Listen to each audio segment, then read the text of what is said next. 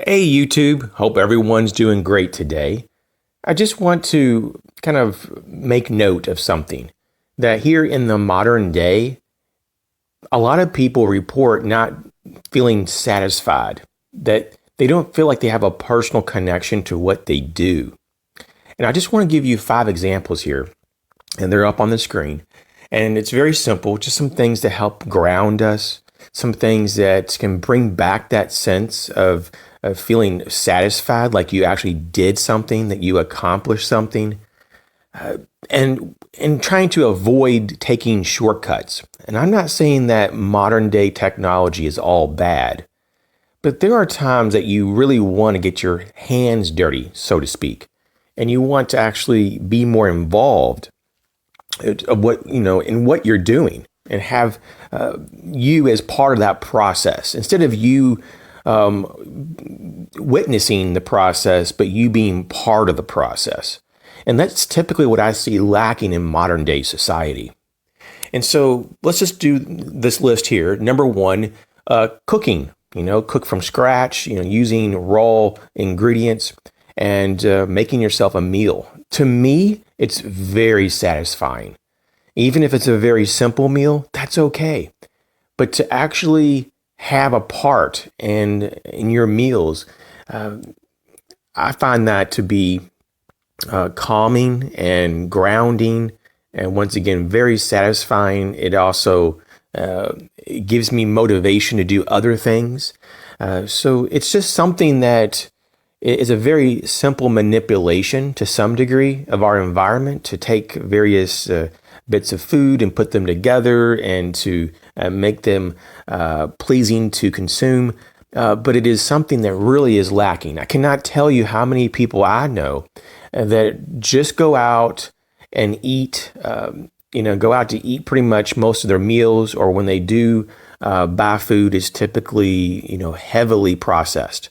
And it's really rare for someone to really go in the kitchen and cut up, the carrots and, slice up the potatoes and really get some hands-on time. Some people call it dirt time, but, get some hands-on, interaction with your food. So that's the first thing I would do. Next is to start washing your clothes by hand. This is something I do, and it's very satisfying. Actually, I look forward to it.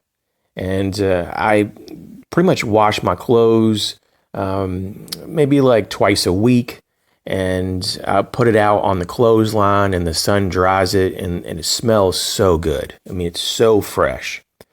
And yes, it can take some time. It takes a little elbow grease, so to speak, but it's very, very good for you to kind of be a part of that process, because you're wearing the clothes, and the clothes in some way it represents you, and it's kind of like part of your system, part of our everyday carry system and so forth. And what I've realized that when you hand wash your clothes, besides all the other benefits of being more satisfied and just being more proud of what you did, but you not only have a connection to your clothes in a different way, but your clothes actually last a lot longer.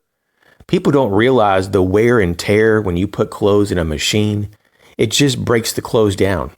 And proof of that is when you go into a dryer, for example, and look at all the lint. Well, that's just because the breakdown of the clothes, especially if it's cotton. And so I've realized that my clothes last a long, long time when I hand wash. Number 3, grow your own food. Some years I grow a lot more than others. This year, I really did not have good success. I'll just be honest with you. The heat probably had something to do with it, but I did plant a bunch of cantaloupe and watermelons and a few peppers, and almost nothing worked out. And that's just to show, even though I've done it for a number of years, some years I have very good success, and other years not so much at all. And that's just how it goes. And so I would admit that I didn't spend much time on the whole gardening this year. And in the previous years, when I did spend a lot more time, I had a lot more, results. But it is very satisfying. to grow your own food and then eat it and actually enjoy it. I mean, genuinely, when you can enjoy it and you're like, oh my gosh, this is the best cantaloupe I've ever eaten. And you grew that cantaloupe. And that's what happened to me a few years ago. I grew some cantaloupe and I had a really nice patch that came out. And it literally was the best cantaloupe that I've ever had. And I grew it. And I was like, yes, that is awesome.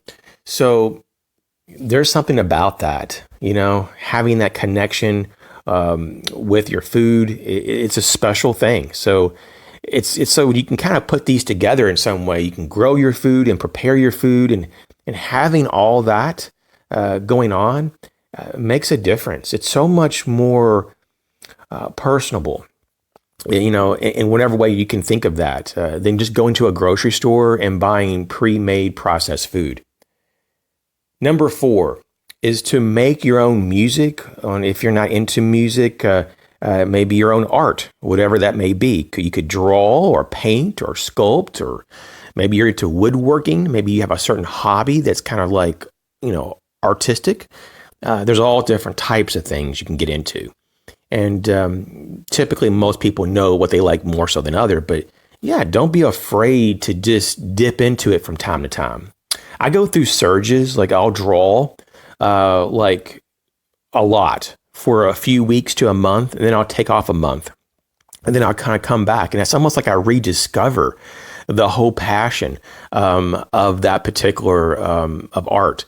And it's not only just an expression when you make art, but sometimes you work through various things emotionally or physically when you're doing this, and people don't realize it, but it can be very therapeutic.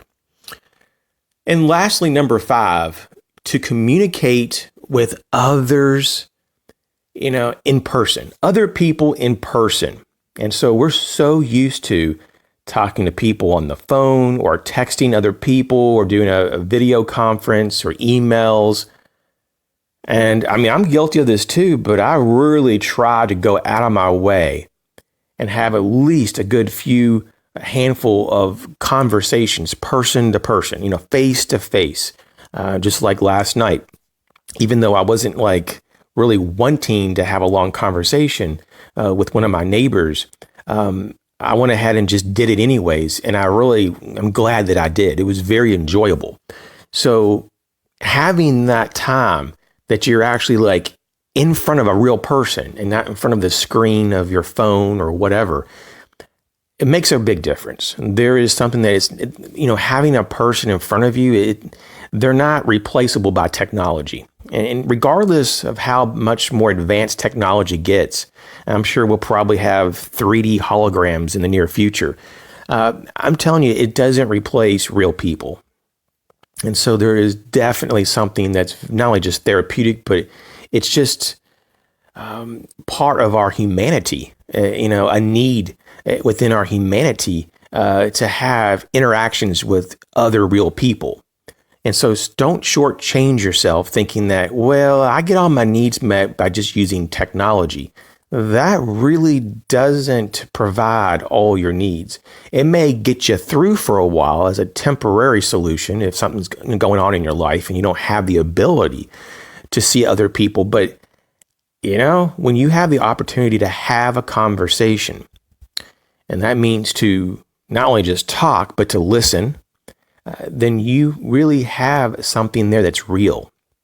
And so there's a lot of things that are real that a lot of people don't partake in anymore because of technology. So just be aware of that. But anyways, I just wanted to highlight this whole ideology of grounding activities, satisfying activities. I hope you enjoyed my 5 examples. Thanks for checking out the video. Catch you later.